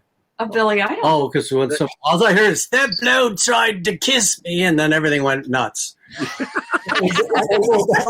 I mean, they were throwing stuff and breaking shit. We were at the bar, right, with Billy Idol, and these bloke came in. They came in and they asked Billy Idol to come over. Would you please autograph something for my mother? So Billy Idol, as sweet as he was, walks over there, starts to autograph something, and the guy stands up and just full front on kisses him. Oh, shit. And Billy Idol lost it. It went nuts. Lost it. That bloke, just you say it. And the next morning I go, where are you guys going? I go, they kicked us all out. I mean, we ran, man. It was a massive takeover in that bar. Oh my God. Now, love it. Now, what's your wife's name? Krista. Christy, I have a question for you. Come back. Come back. Who has to take a seat with me while you're at it? Come and sit. Yeah, sit with us. How do you handle the women that throw keys and maybe panties at the stage when they see your husband? I don't get He's so good looking. He's so handsome. I make friends with them. Yes. And then you put poison in their drink. I just no, she's not really good about all that make stuff. sure he keeps coming back for more at home. Hey, that's right. Yeah, I think that's perfect. He looks like a good guy. Well, let's put it this way. If he went out to eat, he's a fool because what he's got home waiting is beautiful. Really the best meal he could have is you. I mean, So wait, go to Kenny he's not though. going to find better, believe me. So Kenny, do they still throw panties at you and throw keys? Unfortunately not. I mean, we're lucky if we have one good set of teeth across the front row.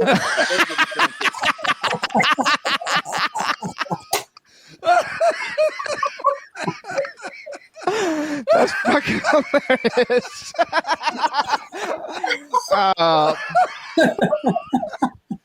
You can laugh, man. You crack me up. No, because I was like, What set of teeth?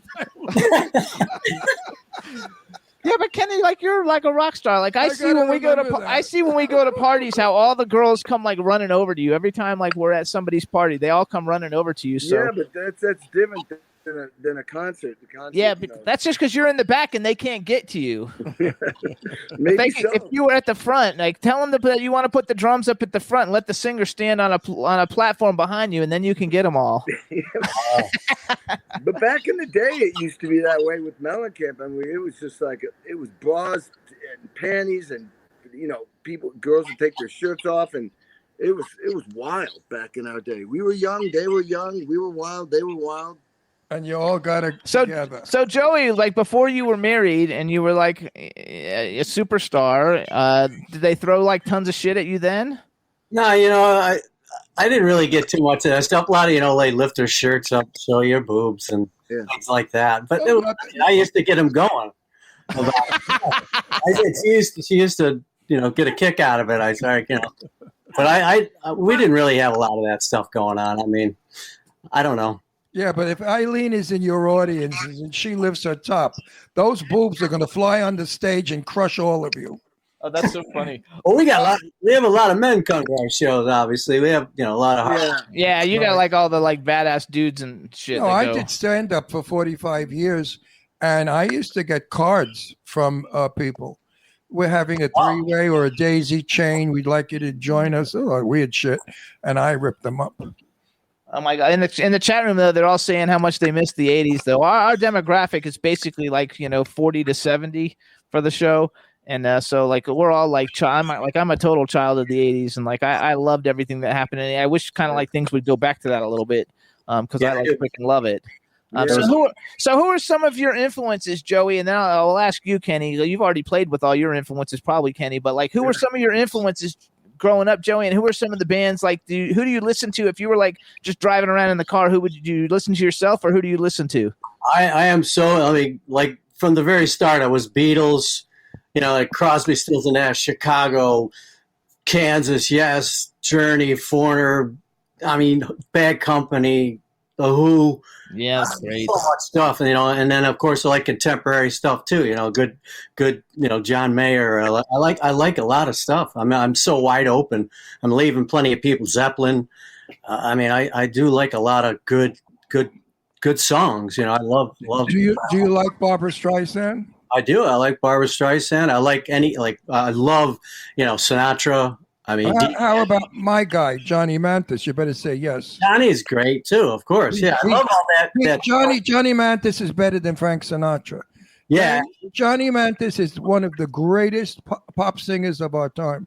Yeah, and he had a spunk to him, man. He had just a nice, I don't know, those guys are sweet. They're really, really, really good. Everybody got laid with his music. He tells you that. No, or everybody, we had cars in those days with radios. That's it. And the back seat of the car was like a bed. So everybody had sex with Johnny Mathis singing Chances Are. And then, the girls would say, chances are, do I get pregnant? So, so Kenny, your turn. Who are some of the influences for you? Well, everything Joey said, for sure. I'll just add, Hendrix, Stones, of course, the Beatles. That was the first one. But the Cream. I mean, back then, it's like every 2 weeks there was this, a band that was like radically different. The Who, and all of a sudden Sabbath shows up. I remember when Crosby, Stills, Nash came, like, whoa, what's that sound? That too. And all these, Deep Purple. I mean, it's endless. Because every band had a different sound, but that was back then, man. Guys used to live together, or they rehearsed every day. It was, and you could get a record deal, make money, go in the studio. You could spend months and months in the studio. So you were in an environment where you could come up with. Not only did you write great songs, but you were able to record them and tweak them and make them brilliant songs. And then there was radio that would play the songs, and people would listen to the DJs and follow what they were saying because they usually were right. And the whole system worked so great. But, things have gotten so much more, that space has been filled up with so much just technology with like social media, and people don't buy records anymore. So back then, my point is that was a great environment for incredible music to be written and come out. And there was an opportunity for these bands to make a huge career from writing great music. Right. Absolutely. What do you think of David Bowie? Love them. Brilliant. Amazing. He was my favorite. I love David Bowie. All his music. Back to Frank Sinatra. I saw his last show performance. I was with Don Was, and we opened up. We were doing a Willie Nelson record, and Willie came in the studio one day and said, "Hey, you guys, I can't come in tomorrow because I'm going to go to Palm Springs and open up for Frank Sinatra for the St. Jude charity." And Don Was says, "Well, we're fucking going with you." So we did, and we played with Willie. But Frank Sinatra came out. I have to say, he wasn't the singer that Johnny Mathis was, but he had style. He was he was a stylist like Peggy Lee. Peggy Lee was a stylist. Yeah. Johnny Mathis sang from his soul. Everything he did was soft. That's why at 86 years old he still sings. He hasn't lost his voice because he didn't rip it apart. Yeah. Now we met that famous guy that you fainted over at Devin's party. What was his name? The rock and roll. Sebastian Bach. I'm a big Skid Row fan, so I was like super excited. Sebastian Bach, when he speaks, talks like this. His voice is gone. He doesn't have a voice. Why? Because he screamed all those years. So, how do you guys feel about that? You gotta take care of yourself. You know what I mean? I don't fire. I think Skid Row is one of like the fucking awesomest bands. Youth Gone Wild is like one of my favorite like hard rock songs of all time.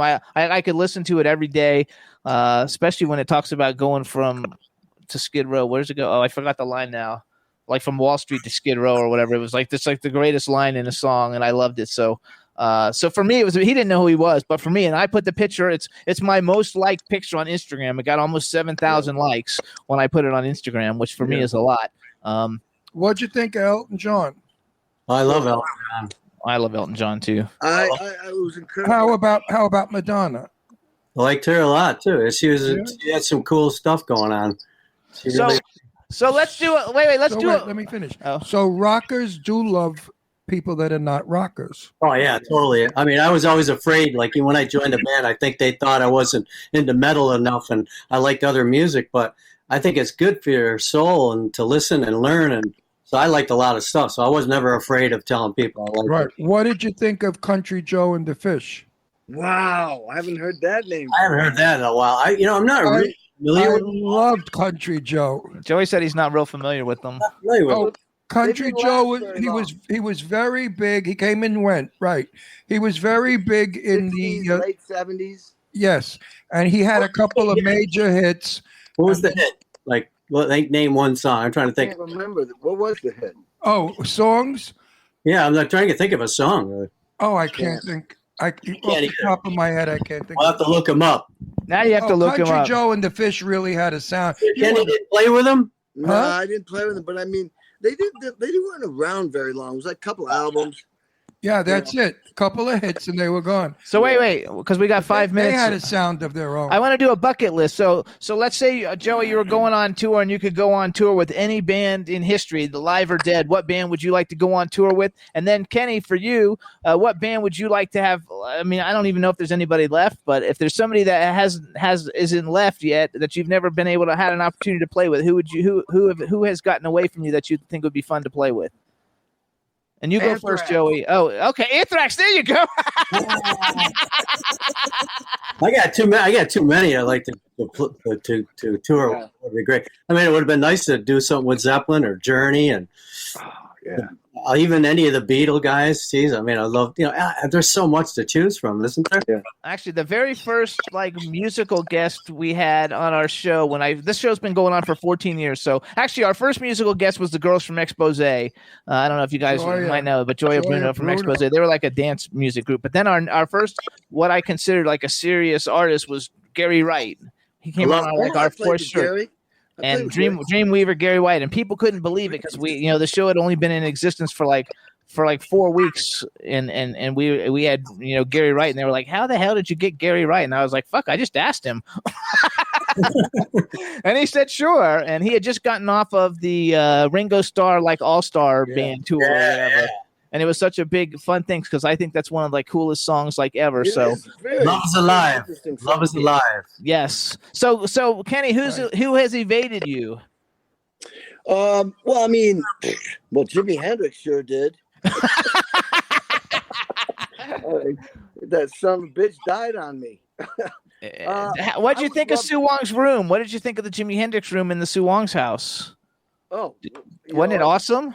We slept in there. Ron and I slept there. Anything Jimi Hendrix he really blew my mind. I mean, it was the Beatles, and all of a sudden he showed up. That'd be cool. I've always said, it would be cool to have a super trio with Sting playing bass and singing, and Jeff Beck playing guitar and me on drums. Oh, that would be cool. I mean, that'd be like, whoa. Oh, I love Jeff Beck. Yeah, I met him. He's great. I mean, Jeff Beck. I mean, when I watch Jeff Beck play, he could be playing with a singer, and I just watch him. Yeah. I actually went up to You don't Jeff need a Beck. singer. When I saw Jeff Beck play, and he had Terry Bozzio on the band. Terry was an amazing drummer, but huge drum set going apeshit. Yeah. And I went up to Beck years later and said, God, man, I went and saw you. And I saw, doesn't it bug you that Terry's playing so much? Because I just want him to stop playing so I could just watch you. I love it. Jeff defended him. Jeff said, no, I like Terry overplaying like that so that it inspires me. But I'm just telling you, Jeff just blows me away. What he does on the guitar is like... I love it. All right, so hold on. Because we've only got 3 minutes. I want to put this information out again for everybody. All right, you guys. So it's July 10th, you guys, 2 p.m. Pacific time. It's the Artists Unite to celebrate Ronnie's birthday and raise money for the DO Cancer Fund. You can learn more about the DO Cancer Fund by going to docancerfund.org. It's a live stream concert fundraiser. You're going to see these two guys. You're also going to see lots of other people, including Tenacious D, Sammy Hagar, Rob Halford, Lizzie Hale, Sebastian Bach, Gilby Clark, Rudy Sarzo, Chuck Billy, Tim Ripper Owens, Carmen Apice, Lita Ford, tons of other people. They're going to be playing Rainbow songs, Dio songs. I think the whole thing is going to be freaking amazing. And you can go and get your tickets at rollinglivestudios.com. It's only $20. It's going to be a lot of fun, and you can see these guys and have a good time for sure. There you go. All right. So how do people follow you guys? Tell them each one of you guys tell them how to follow you because we got like a minute and a half. Go, Joey. Go ahead, Kenny. All right. Instagram, Kenny Aronoff. Twitter, official Aronoff. Facebook, my fan page filled up. No, go to my fan page, but my main page, sorry if I can't add you, it filled up like 15 years ago. And then I'm on LinkedIn also, Kenny Aronoff, LinkedIn. And then my website, www.kennyaronoff.com. All right, go, Joey. Joey Belladonna is Beyond the Band on Instagram. You can check me out there. Hey, don't forget, me and Kenny got another project going on. Okay, Yeah. Tell us. You got a minute. Triumph. We're doing a tribute to Triumph. Me and him actually play on one cut together. Yep. Oh, cool. That's awesome. And then also, he doesn't know, but we're going to start a band and we're going to both be playing drums. And then he can be like Phil Collins and jump up and just sing. We got Kenny got to do something together. We have to. I love that. I'll help publicize it. And we also want to say hello to Kristen. Come back, Kristen. It's coming back. It was such a pleasure to meet you. Nice Thanks for meeting you. joining us. And you know what? He really should reward you. Go shopping. Rodeo Drive is a store. They're in New York, I think. Oh well, Are you in New York? Upstate, Syracuse. Syracuse, that's right. It's Syracuse. Listen, go But down we to love LA. Go down to Fifth Avenue on the corner of 57th and 5th. There's a little store on the corner called Tiffany. You just go in there and pick out a nice little trinket for yourself. We gotta And go. If not, divorce the son of a bitch. Hey, you guys. We want to thank you Love you guys. guys. Thanks for being All such right, good good to see you. sports. Thank you. Congratulations. Listen, All right. Nice to meet we'll you. be listening to you. Yes. Bye, you guys. All right, everybody. Thanks so much for tuning into the Jimmy Star Show with Ron Russell chat room. We hope you had a good time. We hope everybody listening has a good time. Check out this event. It's going to be fabulous. And we'll see you guys. Bye-bye, Jimmy and Jimmy. Bye-bye. Take care, man. Nice. Thank you. Bye, you guys. Thank you so much. Jimmy, This is MC Alfred. I'm just chilling, Jimmy Star, yo, sitting down and designing. Why every man never thinking, what are we gonna be wearing? Yo, I'm a Liverpool MC, you can't test me. Big up the girls inside the party. Let's get down to crazy Jimmy. Big up myself and known as Alfred, the one and only, the Turkish MC. always got the clothes of Jimmy. Bitch, I'm your one I wanna be. Jimmy Star's new celebrity. We'll take you out.